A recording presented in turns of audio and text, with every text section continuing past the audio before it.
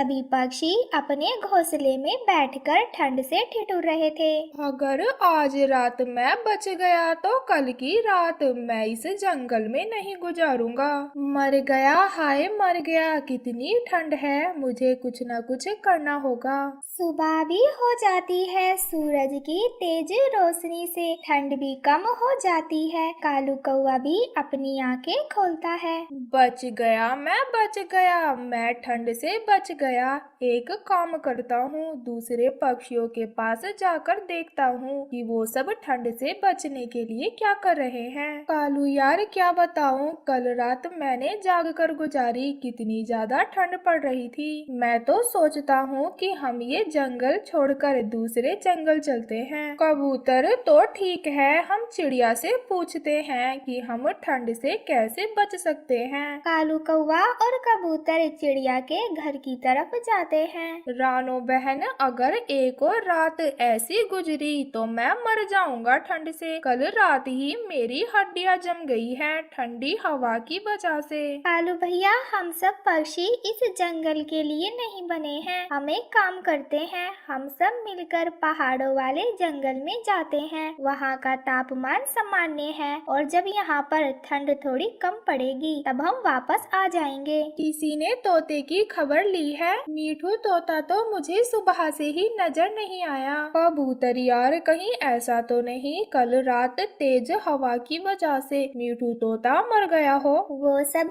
ऐसे तोते के बारे में बात कर ही रहे थे कि वहाँ पर तोता भी आ जाता है। बहुत ठंड थी आज रात, बहुत ज्यादा ठंड थी। सुबह थोड़ी मेरी आंख लग गई थी, इसीलिए मुझे आने में देरी हो गई। अगर हम सबको पहाड़ों वाले जंगल में जाना है तो चलो सफर शुरू करते हैं। ऐसी बातों में समय जाया करना ठीक नहीं। फिर चिड़िया, कबूतर, मीठू तोता और कालू कौवा अपना सफर शुरू करते हैं। वो सब बहुत तेज उड़ते हैं। अपने जंगल से निकलकर वो एक जगह आकर बैठ जाते हैं। दोस्तों, हम यहाँ पर थोड़ी देर बैठकर आराम करते हैं और थोड़ा भोजन ढूंढकर खा लेते हैं। हम बहुत ही थक चुके हैं। सब पक्षी अपना अपना भोजन लेकर यहीं पर आ जाना, हम सब इकट्ठा होकर खाएंगे। हाँ हाँ, हम एक साथ ही भोजन खाएंगे और एक ही साथ रहेंगे। सब भोजन लेकर यहीं पर आना। मीठू तोता इधर उधर उड़ता है परंतु उसे कहीं भी भोजन दिखाई नहीं देता। कबूतर को पास में से ही कुछ दाने मिल जाते हैं। कालू कौवे को भी थोड़ी दूर पर कुछ भोजन मिल जाता है। अब इस फल से मैं अपना पेट भरूं या फिर अपने दोस्तों का? मैं एक काम करता हूँ, ये फल मैं ही खा लेता हूँ। अगर जिंदा रहा तभी तो अपनी दोस्तों की मदद भी कर पाऊंगा। फिर कालू कौवा पेट भरकर वहाँ पर फल खाता है और फिर वापस उड़ जाता है। दोस्तों, मुझे तो कुछ भी नहीं मिला। दोस्तों, तुम चिंता ना करो, देखो मेरे पास ये फल है। हम सब मिलकर अपना पेट इसी से भर लेंगे। कालू, तुम्हें कुछ मिला या नहीं? कालू कौवे का पेट तो भरा हुआ था परंतु वो अपने दोस्तों के सामने भूखा होने का नाटक करता है। ना जी ना, मैंने बहुत कोशिश की परंतु मेरे हाथ कुछ भी नहीं आया। फिर वो सब मिलकर फल खाते हैं। थोड़ी देर आराम करने के बाद वो अपना सफर फिर से शुरू करते हैं। वो सब जल्द ही थक जाते हैं परंतु उन्हें उड़ना तो था ही। वो बहुत तेजी के साथ उड़ते हैं और फिर रात भी हो जाती है। वो सब रात गुजारने के लिए फिर से वहाँ पर रुकते हैं। बेहतर यही होगा कि आज रात हम यहीं पर गुजार लें, मुझे ये जगह सुरक्षित लगती है। तो ठीक है दोस्तों, आज रात हम इसी पेड़ की डाली पर गुजार लेंगे। बात करते करते समय का पता भी नहीं चलेगा। फिर मीठू तोते की नजर एक पेड़ पर जाती है जिसके ऊपर एक घोंसला था। वो देखें, सामने एक घोंसला है, हम सब बारी बारी कर कर उस घोंसले में सो लेंगे। वो घोंसला पहले मैंने देखा है, इसीलिए उस घोंसले में मैं ही सोऊंगा। कालू, हम सब एक साथ ही घर से निकले हैं, हमें एक दूसरे का ख्याल रखना है। और मीठू तोते ने सही ही तो कहा है, हम बारी बारी कर कर जाकर उस घोंसले में सो जाएंगे। परंतु कालू कौवा कोई भी बात सुने बिना ही उस घोंसले में जाकर सो जाता है। ये कालू तो शुरू से ही ऐसा है, इसका कौन सा ये नया काम है। इससे तो अच्छा था कि हम इसे अपने साथ ही ना लाते। नहीं नहीं कबूतर भैया, ऐसा करना ठीक नहीं होता। अगर कोई बुरा है तो हमें उसका दिल अच्छाई से जीतना चाहिए, ना कि उसके जैसा बुरा बनकर। वो सभी दोस्त पूरी रात उस पेड़ की टहनी पर बैठकर बिता देते हैं और कालू कौवा मीठी नींद लेता है और फिर ऐसे ही सुबह भी हो जाती है। काले काले कौवे, इतना सोकर भी तेरी नींद पूरी नहीं हुई। चलो उठो, आगे का सफर भी शुरू करना है। बहुत मजा आया, सोने से सारी थकान ही दूर हो गई। फिर वो सब मिलकर अपना सफर शुरू करते हैं। वो भूखे भी थे और प्यासे भी, परंतु वो अपनी उड़ान रोकते नहीं। ऐसे ही कुछ देर बाद वो सब पहाड़ों वाले जंगल में पहुंच जाते हैं। दोस्तों, हमारे पास समय अधिक नहीं है। कालू, तुम हम सब के लिए भोजन की खोज करो और हम सब मिलकर एक मजबूत घर बनाते हैं। हाँ हाँ, मैं भोजन ढूंढ लूंगा, परंतु तुम सब मिलकर बहुत ही सुंदर घर बनाना। यहाँ का तो मौसम भी बहुत अच्छा है, आज रात बहुत अच्छी नींद आएगी। फिर वो सब मिलकर घर बनाने के लिए लकड़ियाँ इकट्ठी करने लगते हैं। कालू कौवा जैसे ही थोड़ा दूर उड़ता है, उसे एक पेड़ पर एक छोटा सा घर दिखाई देता है। वो उस घर के पास पहुंच जाता है। वाह रे कालू, तेरी तो किस्मत ही जाग गई, बना बनाया हुआ घर मिल गया। अब बस मैं भोजन लाऊंगा और मजे से खाकर इस घर में सो जाऊंगा। मुझे क्या जरूरत है दूसरे पक्षियों की मदद करने की। शाम भी हो जाती है। चिड़िया, कबूतर और मीठू तोते ने अपने लिए बहुत ही सुंदर घर बना लिया था, परंतु अभी तक कालू कौवा उनके पास नहीं आया था। आप सब बैठे, मैं अभी देखकर आता हूँ कि कालू कौवा अभी तक भोजन लेकर क्यों नहीं आया। कबूतर जैसे ही थोड़ी आगे जाता है, उसे कालू कौवा दिखाई देता है। बेशरम काले कौवे, तुम नहीं सुधरोगे। भूख के कारण हमारे पेट में चूहे कूद रहे हैं और तुम यहाँ पर आराम से सो रहे हो। तो जाओ, जाकर अपना भोजन खुद ही ढूंढ कर खा लो। मैं तुम्हारे लिए कोई भोजन ढूंढने वाला नहीं और ना ही अब मैं तुम्हारे साथ रहूंगा। वो देखो, मुझे बना बनाया हुआ घर मिल गया है, अब मैं उसी में रहूंगा। तुम जाओ यहाँ से। कालू, हमें तुमसे यही उम्मीद थी। रात हो जाती है। कालू उस घर में जाकर सो जाता है। तभी दो बड़े बड़े उल्लू भी आ जाते हैं और आते ही कालू कौवे की पिटाई शुरू कर देते हैं। भागो यहाँ से, सारा हमारा घर गंदा कर दिया, चलो भागो यहाँ से। फिर वो उल्लू कालू को पीट पीट कर उस घर से बाहर भगा देते हैं, क्योंकि वो घर उल्लुओं का था। चिड़िया, कबूतर और मीठू तोता भोजन खाकर अपने घोंसले में आराम से सो रहे थे, जबकि कालू कौवा एक पेड़ की टहनी पर बैठकर रात गुजारता है। वो सुबह होने का इंतजार करता है कि कब सुबह हो और वो अपने दोस्तों से माफी मांगे। जंगल में बरसात का मौसम चल रहा था। चिड़िया और उसके बच्चे बारिश का आनंद ले रहे थे। मम्मा, ये बारिश कितनी अच्छी होती है ना? नहीं नहीं, ये बारिश बिल्कुल भी अच्छी नहीं होती। मुझे तो बारिश बिल्कुल भी पसंद नहीं। अरे नहीं बच्चों, ये बारिश बहुत ही अच्छी होती है। अगर ये बारिश नहीं होगी तो हमें पीने के लिए पानी कहाँ से मिलेगा? और बच्चों, पानी तो हमारे लिए और पेड़ों के लिए, दोनों के लिए बहुत ही जरूरी होता है। नहीं मम्मा, इस बारिश की वजह से तो हर जगह किचकिच होती है। हमारा तो खाना खाने का भी मन नहीं करता। हाँ, तुमने एकदम सही कहा।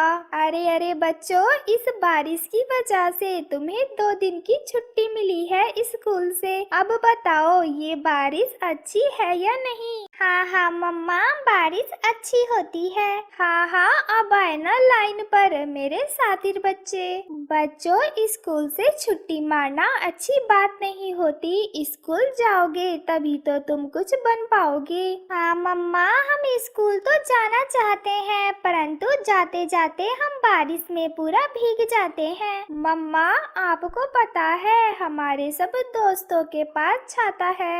हाँ हाँ बच्चों, मुझे पता है, तुम चिंता ना करो, आपके पापा कोई ना कोई उपाय जरूर निकालेंगे। ऐसा कहकर रानो चिड़िया अपने बच्चों का ध्यान भटका रही थी, क्योंकि उसे पता था कि उसे अपने बच्चों के लिए कुछ ना कुछ करना ही होगा। बच्चों, तुम्हारे पापा कोई ना कोई उपाय जरूर करेंगे, बस तुम अपनी पढ़ाई पर ध्यान देना और अपने मम्मा पापा का नाम रोशन करना। रानो चिड़िया के बच्चे होशियार थे और समझदार भी, उन्हें अपने मम्मा पापा की सिचुएशन का पता था। तभी रानो चिड़िया का पति टोना चिड़ा भी घर पर आ जाता है। आज टोना चिड़े को घर आते आते काफी देर हो गई थी। आज भी टोना के हाथ खाली थे। रानो ने उत्सुकता के साथ टोना की तरफ देखा और वो सब समझ गई। अजी, आप आ गए। अगर आपको आने में थोड़ी देर और हो जाती तो बच्चे तो बिना खाना खाए ही सो जाते। हाँ रानो, आज मुझे अनाज की खोज में काफी दूर तक जाना पड़ा। बीच रास्ते में मुझे शिकारी पक्षी मिल गए थे, इसीलिए आने में थोड़ी देर हो गई। सही समय पर रुककर आपने बहुत ही अच्छा काम किया। मेरे प्यारे बच्चों, जल्दी से मेरे पास आओ। इतना सुनकर बच्चे दौड़कर अपने पिता के पास चले गए। पापा पापा, आप आ गए। दोनों अपने पिता के गले लग गए। आखिर वो अपने पिता के लाडले जो थे। पापा, हम कब से आपका इंतजार कर रहे थे। हाँ मेरे बच्चों, परंतु मैं अब आ गया हूँ ना। लो, ये अनाज खा लो। फिर क्या था, बच्चे तो अनाज पर टूट पड़े। मम्मा पापा, आप दोनों भी तो खाना खा लो। टोना केवल अपने दो बच्चों के लिए ही भोजन जमा कर पाया था, इसीलिए उसने अपने बच्चों से कहा। हाँ मेरे बच्चों, हम दोनों खाना खा लेंगे, पहले तुम दोनों खा लो। कबूतर जी, इस बरसात के मौसम में तो गर्मा गर्म पकोड़े और चाय की क्या ही बात होती है। हाँ लूसी, तुम्हारी बात तो ठीक है, परंतु ये बरसात का मौसम गरीब पक्षियों के लिए किसी समस्या से कम नहीं। मीठू जी, ये ले छाता और बाजार जाएं और वहाँ से बेसन लेकर आएं। मैं गर्मा गर्म पकोड़े तल दूं। हरियाली, तुम थोड़ी देर रुको, मैं यूं गया और यूं आया। पापा, आप हमारे लिए छाता लेकर आए हैं। हाँ हाँ मेरे बच्चों, मैं तुम्हारे लिए छाता जरूर ले आऊंगा। और हाँ पापा, हमारे लिए पाव भाजी भी। हमें तो बरसात में पाव भाजी बहुत ही अच्छी लगती है। हाँ हाँ ठीक है मेरे बच्चों, अब सो जाओ, रात बहुत ज्यादा हो गई है। मम्मा, आप हमें कहानी सुनाए ना। नहीं नहीं बच्चों, मैंने कल ही तो आपको कहानी सुनाई थी। नहीं मम्मा, जब तक आप हमें कहानी नहीं सुनाती तब तक हमें नींद नहीं आती। ठीक है तो मेरे प्यारे बच्चों, मैं तुम्हें लोरी सुनाती हूँ। फिर रानो अपने बच्चों को लोरी सुनाती है। लोरी सुनते सुनते ही बच्चे सो गए। रानो ने देखा टोना एक पेड़ की डाल पर बैठा था। फिर रानो भी उसके पास ही चली गई। वो दोनों एक ही विचार कर रहे थे। अजी, आप चिंता ना करें, हम कोई ना कोई उपाय जरूर कर लेंगे। नहीं रानो, ऐसा कब तक चलेगा। बारिश के कारण मेरा काम छूट गया और मेरे बच्चे मुझसे पाव भाजी और छाता मांग रहे हैं, मैं उन्हें कहाँ से दूँ। फिर जंगल में अगली सुबह भी हो जाती है। चलो बच्चों, जल्दी से उठ जाओ, आज तुम्हें स्कूल भी जाना है। नहीं मम्मा, बाहर तो बारिश है, हमें और सोने दो ना। नहीं कुकू, आज नहीं, आज बारिश थम गई है। अगर तुम ही ऐसे करोगे तो तुम्हारी छोटी बहन कैसे स्कूल जाएगी। फिर बच्चे जैसे तैसे कर कर स्कूल जाने के लिए तैयार हो गए। रानो उन्हें स्कूल छोड़ने के लिए अपने घोंसले से बाहर आ गई। ध्यान से जाना बच्चों। हाँ मम्मा, आप हमारी चिंता ना करें। बच्चे बच्चे स्कूल की तरफ जा रहे थे। तभी आधे रास्ते में आते ही जोरदार बारिश शुरू हो गई। अरे नहीं, ये बारिश तो फिर से शुरू हो गई। गुड़िया जल्दी से इधर आओ, इधर बारिश नहीं है। फिर वो बच्चे पेड़ पर बैठ गए और उनके सब दोस्त स्कूल जा चुके थे, क्योंकि उन सबके पास अपने अपने छाते थे। कोई बात नहीं भैया, हम बारिश रुकने के बाद स्कूल चले जाएंगे। हाँ गुड़िया, तुम्हारी बात तो ठीक है, परंतु अगर हम देर से गए तो गौरी मैम हमें बहुत ही डांटेंगी। थोड़ी देर बाद बारिश थोड़ी कम हो गई और वो दोनों स्कूल की तरफ चल पड़े। और जब वो स्कूल पहुँचे तो वो दोनों पूरे ही भीग चुके थे। गौरी उस स्कूल की टीचर थी। आ गए तुम दोनों, चलो बच्चों तालियां बजाकर इन दोनों का स्वागत करो। सारे बच्चे उनकी तरफ देखकर हंस रहे थे। मैंने तुम दोनों को कितनी बार कहा है कि भीगकर स्कूल ना आया करो, पर टीचर, पर कुछ नहीं, वहीं पर बैठ जाओ और जो मैं पढ़ाती हूँ उसे ध्यान से सुनो। गुड़िया और कुकू क्लासरूम के बाहर से ही सब कुछ देखकर अपनी पढ़ाई कर रहे थे। कालू मेरे दोस्त, मुझे कुछ पैसों की जरूरत है। मुझे अपने बच्चों के लिए कुछ चीजें खरीदनी है। हाँ हाँ टोना, ये लो पैसे और आराम से लौटा देना, कोई जल्दी नहीं है। रानो ये देखो, मैं अपने बच्चों के लिए दो प्यारे प्यारे छाते लेकर आया हूँ और साथ में पाव भाजी बनाने का सामान। अब जल्दी से पाव भाजी बनाकर तैयार कर दो, बच्चे आते ही होंगे। परंतु टोना जी, आपके पास इतने सारे पैसे कहाँ से आए? रानो तुम उसकी चिंता ना करो, मैंने ये पैसे कालू से उधार मांगे हैं। काम मिलते ही मैं उसके पैसे उसे वापस कर दूंगा। कुछ ही देर में रानो चिड़िया पाव भाजी भी बनाकर तैयार कर लेती है। बच्चों ये लो अपना अपना छाता और साथ में अपना फेवरेट पाव भाजी भी। थैंक यू मम्मा पापा। शैतान कौवे हर समय कोई ना कोई शरारत करते, वो कोई काम काज तो करते ना, इसीलिए अपना पेट भरने के लिए नए नए तरीके सोचते। कालू जी, आज तो मेरा पिज्जा खाने का मन है। 1 रुपया पल्ले नहीं और चली पिज्जा खाने। गोरी तुम्हें पता तो है ना, वो कबूतर कितना कंजूस है। पिज्जा तो दूर की बात है, वो मुफ्त में एक मक्खी तक नहीं देगा। आ गया कालू, चलो मुझे आइडिया आ गया। आज मैं तुम्हें पिज्जा खिलाती हूँ, वो भी कबूतर के ढाबे से। मगर कैसे, कुछ बताओ तो। तुम चलो मेरे साथ। फिर कालू और गोरी कबूतर के ढाबे की ओर चले जाते हैं। चलो एक कबूतर, टेबल साफ करो।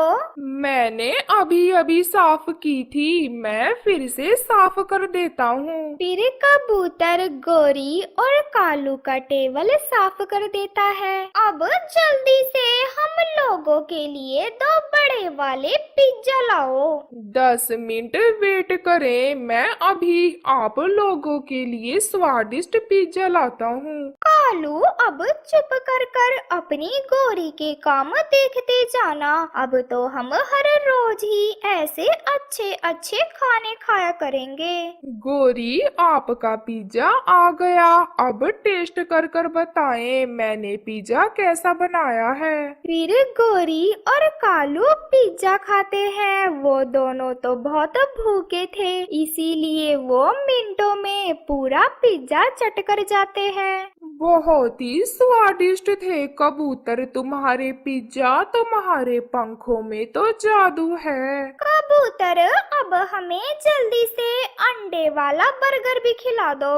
मैं अभी लेकर आता हूँ, अंडे वाला बर्गर तो तैयार ही है। फिर कबूतर अंडे वाला बर्गर लेकर आता है। रुको कालू, अभी ये बर्गर शुरू ना करना। कबूतर जैसे ही बर्गर देकर दूसरे कामों में लग जाता है, गोरी एक मक्खी मारकर उस बर्गर में रख देती है। कालू अब देखना, गोरी का खेल तो अब शुरू होगा। कबूतर, ओए गंदी आंखों वाले कबूतर, जैसे खुद गंदे हो वैसे ही हमें गंदे खाने भी खिला रहे हो। काका क्या हुआ है, क्या हुआ है? हमने अंडे वाला बर्गर मांगा था, ना कि मक्खी वाला। ले जाओ इसे, तुम तो खाने में मक्खियाँ मिला रहे हो। बहने जरा धीरे से बोले, सब पक्षी मुझ पर बहुत भरोसा करते हैं। मैं तो बहुत सफाई से खाना बनाता हूँ, पता नहीं ये मक्खी कहाँ से आ गई। एक तो तुम मक्खियों वाला बर्गर खिला रहे हो। आप यहाँ से चले जाएं, आप लोग मेरे पिज्जे के भी पैसे ना दें, प्लीज यहाँ से चले जाएं। चल कालू, यहाँ से चलते हैं। इस बार कबूतर को माफ कर देते हैं, आगे से ये ध्यान रखेगा। फिर गोरी और कालू वहाँ से चले जाते हैं। रात को वो घर में बैठकर कबूतर की बातें याद कर कर हंस रहे थे। गोरी, वो कबूतर तो डर के मारे बस रोने ही वाला था। वो कैसे कह रहा था, मुझे माफ कर दो, मुझे माफ कर दो। कालू, अब तो हर रोज किसी ना किसी पक्षी से ऐसे खेल खेला करेंगे। फिर अगले दिन वो नदी पर जाते हैं और वहाँ से एक मरा हुआ मेंढक पकड़ लेते हैं। कालू जी, आप इस मेंढक का क्या करोगे? गोरी, आज ये मेंढक हमें फ्री में मैंगो शेक पिलाएगा। मैं समझ गई, मैं समझ गई, मैं सब समझ गई। अब जल्दी से चिड़िया की मैंगो शेक की दुकान पर चलो। फिर वो दोनों चिड़िया की दुकान पर जाते हैं। चिड़िया, 2 मैंगो शेक पिलाओ ड्राई फ्रूट डालकर। गोरी बहन, बड़ी गिलास या फिर छोटी गिलास? पहले हम बड़े गिलास पिएंगे, बाद में छोटे वाले। फिर चिड़िया उन्हें 2 बड़े गिलास मैंगो शेक के दे देती है, जिसे वो मजे मजे से पीते हैं। कालू, मेंढक कहाँ है? गोरी, मेरे पास ही है, जरा धीरे से बोलो। चिड़िया, हमारे लिए 2 गिलास और मैंगो शेक लाओ, अभी तो हमारा पेट ही नहीं भरा। फिर चिड़िया 2 गिलास और मैंगो शेक के दे देती है। कालू चुपके से वो मरा हुआ मेंढक जो वो नदी से लाया था उस मैंगो शेक में डाल देता है। मेंढक, मेंढक, मैंगो शेक में तो मेंढक है। चिड़िया, जल्दी आओ। मैंगो शेक में मेंढक, ये कैसे हो सकता है? मेंढक वाला दूध अगर मैंगो शेक में मिलाओगी तो ऐसा ही होगा ना। तुम हम लोगों को मेंढक वाला शेक पिला रही हो। चिड़िया, अगर हमें कुछ हो गया तो मैं तुम्हें छोड़ूंगी नहीं, तुम्हें पुलिस के हवाले कर दूंगी। मुझे माफ कर दे, मुझे नहीं पता ये मेंढक कहाँ से आया है। आसमान से गिरा है, यही कहना चाहती हो तुम? चिड़िया, अब तो हम जा रहे हैं, मगर आइंदा से ध्यान रखना। फिर बिना पैसे दिए हुए गोरी और कालू वहाँ से चले जाते हैं। चिड़िया तो बहुत डरी हुई थी, वो खामोश रहती है और फिर से अपने काम में लग जाती है। पता नहीं ये मेंढक कहाँ से आया, मैं तो मैंगो शेक बहुत ध्यान से बनाती हूँ। फिर चिड़िया अगले दिन कबूतर के पास जाती है। कबूतर भैया, मैं बहुत ही परेशान हूँ। कबूतर भैया, कल मेरे मैंगो शेक से मेंढक निकला था, मुझे तो समझ में ही नहीं आ रहा है वो मेंढक कहाँ से आया। मैं तो इतने ध्यान से अपना मैंगो शेक बनाती हूँ और दूध भी एकदम ताजा ही इस्तेमाल इस्तेमाल करती हूँ। मुझे तो समझ में ही नहीं आ रहा मेरे मैंगो शेक में से मेंढक कहाँ से आ गया। चिड़िया की बात सुनकर कबूतर चौंक जाता है। रानो बहन, क्या गोरी और कालू आए थे मैंगो शेक पीने? हाँ, वो कौवे तो शोर मचा रहे थे, फिर मैंने उनकी विनती कर कर उन्हें वापस भेजा। तो ये कौवे ही हमारा उल्लू बना रहे हैं। मैं इन्हें छोड़ूंगा नहीं, इन्हें तो अच्छा सबक सिखाऊंगा। मेरे बर्गर में इन्होंने मक्खी डाली और तुम्हारे मैंगो शेक में मेंढक। अच्छा, उन्होंने आपसे भी ऐसा ही किया? अब वो दोनों जाएंगे चील के पास बिरयानी खाने। फिर कबूतर जल्दी से चील के पास जाता है। कबूतर चील के पास जाकर गोरी और कालू की सारी बातें बताता है। मैं चुपके से उन कौवों पर नजर रखूंगी। अगर उन्होंने मुझे उल्लू बनाने की कोशिश भी की तो मैं उन्हें छोड़ूंगी नहीं। शाम को कौवे उड़ते उड़ते चील के ढाबे पर आते हैं। चील दी, 2 प्लेट बिरयानी तो लेकर आओ, बहुत जोरों की भूख लगी हुई है। फिर चील 2 प्लेट बिरयानी लाकर कौवों को दे देती है। कालू, नमक कहाँ पर है?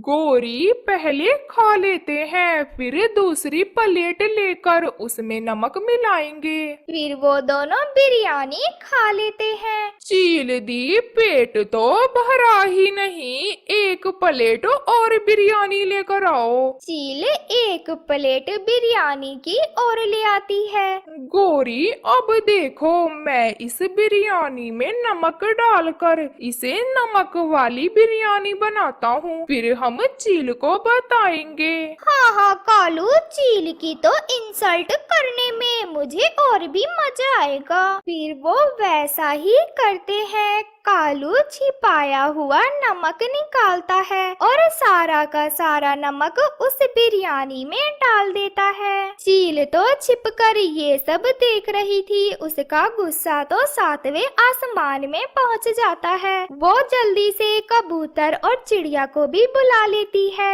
बिरयानी में नमक ज्यादा है और बर्गर में मक्खी और मैंगो शेक में मेंढक। ये सब देखकर तो गोरी और कालू डर जाते हैं और वहाँ से भागने की कोशिश करते हैं, परंतु वो तीनों मिलकर गोरी और कालू की खूब पिटाई करते हैं। प्लीज हमें माफ कर दें, हम फिर से ऐसा नहीं करेंगे। ऐसे उन कौवों को उनके किए की सजा मिलती है। जंगल में बारिश का मौसम था। कई दिनों से बारिश लगातार हो रही थी। यही वजह थी कि सभी पक्षियों के घरों में भोजन की कमी हो गई थी। चिड़िया भी अपने घर में अपने बेटे के साथ भूखी ही बैठी थी। मम्मा, अब मुझे बारिश अच्छी नहीं लग रही। आप बारिश से कहें अब रुक जाए। हाँ बेटा, जब पेट भूखा हो तो कुछ अच्छा नहीं लगता। कबूतर अपने घर में बैठकर बारिश को भला बुरा कह रहा था। मैं तो पहले ही कहता था, मुझे बारिश से सख्त नफरत है। तुम्हें ही बारिश अच्छी लगती है। लो अब मजा बारिश का। जब बारिश रुकेगी तब हर तरफ हरियाली ही हरियाली होगी और भोजन ही भोजन। 2-4 दिन की ही बात है, ये दिन भी गुजर जाएंगे। शायद तब तक मैं मर जाऊंगा। पूरे जंगल में एक कालू कौवा ही था जिसके पास घर में भोजन था। वो भी उसने दूसरे पक्षियों का चोरी कर कर के जमा किया था। ये बारिश का मौसम कितना अच्छा लगता है। मेरे पास भोजन भी है और घर भी। मैं कितना भाग्यशाली हूँ। फिर कौवा रोज की तरह एक बाली गेहूं की लेता है और सीधे जाकर चिड़िया की खिड़की पर बैठ जाता है और बालियां खाने लगता है। चिड़िया चिड़िया, बहुत मजे के हैं ये दाने। मम्मा, कालू अंकल फिर आ गए। कालू अंकल से दाने मांग कर देना तो। कालू कोए, मैंने तुम्हें कल भी कहा था, ऐसे मेरे बेटे को मत तरसाया करो। अगर तुम किसी को कुछ दे नहीं सकते तो ऐसे हमारा जी भी मत ललचाया करो। ये सुनकर कालू कौवा हंसता है। बहुत मजा आता है जब किसी को मैं दिखा दिखा कर खाता हूँ। पूरे जंगल में एक मैं ही हूँ जिसके पास भोजन है, बाकी सब भूखे हैं भूखे। ऐसा कह कालू अपना दाना खाकर वहाँ से चला जाता है। रात हो गई थी, बारिश पहले से भी तेज थी। पेट भरकर कालू कौवा खराटे ले रहा था। वो गहरी नींद में सोया हुआ था। मम्मा, क्या पहले कभी इतनी तेज बारिश हुई है? हाँ बेटा, मौसम आते जाते रहते हैं। पतझड़ के बाद बहार जरूर आती है। तुम देखना, जब बारिश रुकेगी तो हर जगह भोजन ही भोजन होगा। ये सुनकर चीकू एक लंबी सांस लेता है। अभी वो जागे ही थे कि एक बहुत जोरों की आवाज़ सुनाई देती है। ये आवाज़ कैसी? मुझे तो लग रहा है शायद किसी पक्षी का घर टूट गया। सब ठीक हो? मुझे बाहर निकालो, मैं यहाँ दरवाजे के नीचे दबी हुई हूँ। चिंता ना करो, मैं अभी दरवाज़ा हटाता हूँ। फिर कबूतर बड़ी मुश्किल से अपनी पत्नी को मलबे के नीचे से निकालता है। उनका घर पूरा का पूरा टूट गया था। अब हम कहाँ जाएं? मुझे तो कुछ समझ में नहीं आ रहा है। चलो हम चिड़िया के पास चलते हैं। चिड़िया ने घर नया बनाया है, उसका घर मजबूत है। फिर कबूतर और उसकी पत्नी चिड़िया के पास जाते हैं। कबूतर घर के दरवाजे पर दस्तक देता है। चिड़िया, दरवाज़ा खोलो। कबूतर भाई, आप इतनी बारिश में? टूट गया चिड़िया, हमारा घर टूट गया। चिड़िया उन्हें घर के अंदर ले जाती है। चिड़िया बहन, छत तो पहले ही टपक रही थी, आज गिर गई। मैं तो कल से ही डरा हुआ था। कबूतर भाई, ये घर भी तो आपका ही है। आप जब तक चाहें यहाँ पर रह सकते हैं। थोड़ी देर बाद मीठू तोता भी वहाँ आ जाता है। चिड़िया चिड़िया, जल्दी से दरवाज़ा खोलो, मेरा घोंसला हवा से उड़ गया। बेचारा मीठू भी बेघर हो गया। चिड़िया फिर दरवाज़ा खोलती है और मीठू को घर के अंदर ले आती है। लगता है ऐसी बारिश में कोई घर नहीं बचेगा, सब टूट जाएगा, सब खत्म हो जाएगा। मीठू, मैं आपको छत तो दे सकती हूँ, मगर इस समय मेरे पास खाने को कुछ नहीं। मेरा तो बेटा भी कल से भूखा है। चिड़िया बहन, मुझे सब पता है। 5 दिनों से तो बारिशें हो रही हैं, खाने को क्या मिलेगा? वो सब ऐसे ही बैठकर रात गुजारते हैं। सुबह हो जाती है। वो सब भूखे थे। मीठू कबूतर फैसला करते हैं कि वो ऐसे ही बारिश में भोजन की खोज में निकलेंगे। मीठू, बारिश बहुत तेज है, आप ऐसी बारिश में भोजन कहाँ ढूंढेंगे? भूख से मरने से तो अच्छा है कि हम भोजन को ढूंढते ढूंढते मर जाएं। आप हमें जाने दें। फिर वो दोनों घर से निकलते हैं। थोड़ी दूर कालू कौवा एक पेड़ की डाली पर बैठा हुआ था। कालू कौवा उन्हें आवाज देता है। सुनो सुनो मीठू और कबूतर, मेरी बात सुनो। कौवे, क्या बात है? हमें जाने दो, हमें बहुत जल्दी है। मैं ये मीठे मीठे एप्पल खाने वाला हूँ। अगर तुम चाहो तो इसके छिलके तुम खा सकते हो। नहीं, हम तो पुरानी गुफा से भोजन लेने जा रहे हैं। वहाँ पर फल भी है और ढेर सारा अनाज भी। यह सुनकर कौवा तुरंत कहता है, क्या पुरानी गुफा से? वो तो मेरा अनाज है, मैं अभी जाता हूँ वहाँ पर। ऐसा कह कालू पुरानी गुफा की तरफ भाग जाता है। कबूतर, आपने कालू को पुरानी गुफा की तरफ क्यों भेजा? ये रोज हमें दिखा दिखा कर हमारा ही चोरी किया हुआ भोजन खाता है। चलो आज पड़ेंगे चोरों को मोड़। फिर कबूतर मीठू को लेकर कालू के घर जाता है। वहाँ तो कालू ने 2 बोरियां भोजन से भरकर रखी थी। वो एक एक बोरी भोजन की उठाते हैं और वहाँ से भाग जाते हैं। यहाँ तो कुछ भी नहीं है, उन्होंने जरूर मुझे उल्लू बनाया होगा। छोड़ूंगा नहीं उस कबूतर के बच्चे को। कबूतर भैया, इतना सारा भोजन ये कहाँ से आया? आप पहले बोरियां खोलें, फिर हम बताएंगे। चिड़िया वो बोरियां खोलती है तो मीठू तुरंत कहता है, ये लाल मिर्च और अमरूद तो मेरे हैं, ये कौवे ने जरूर मेरे ही चुराए होंगे। और ये मकई के भुट्टे तो मैं किसान की पत्नी से मांग कर लाई थी। इसका मतलब हमारा भोजन कालू कौवा ही चुराता था और हमें दिखा दिखा कर खाता था। अब हमें बारिश की कोई चिंता नहीं, अब हमारे पास भोजन है। मम्मा मम्मा, आज तो मोरों को चोर पड़ गए। यह सुनकर वो सब हंसने लगते हैं। खिड़की पर खड़ा कालू उन्हें तरह तरह के भोजन खाते हुए देख रहा था। कालू कौवे, चल भाग यहाँ से, हमने अपना अपना भोजन तुम्हारे घर से वापस ले लिया। अब तो हम खाते हैं और तुम खिड़की पर बैठकर देखो। कौवा ये सब देखकर रो रहा था। चिड़िया, ये सच है, मैं ये भोजन आप सबका ही चुराया था। अब मैं फिर कभी चोरी नहीं करूँगा, मुझे थोड़ा सा दाना दे दो। फिर चिड़िया कौवे को एक गेहूं की बाली दे देती है। कौवा वहां से भाग जाता है और फिर सभी पक्षी खुशी खुशी भोजन खाते हैं और बैठकर बारिश का मजा लेते हैं।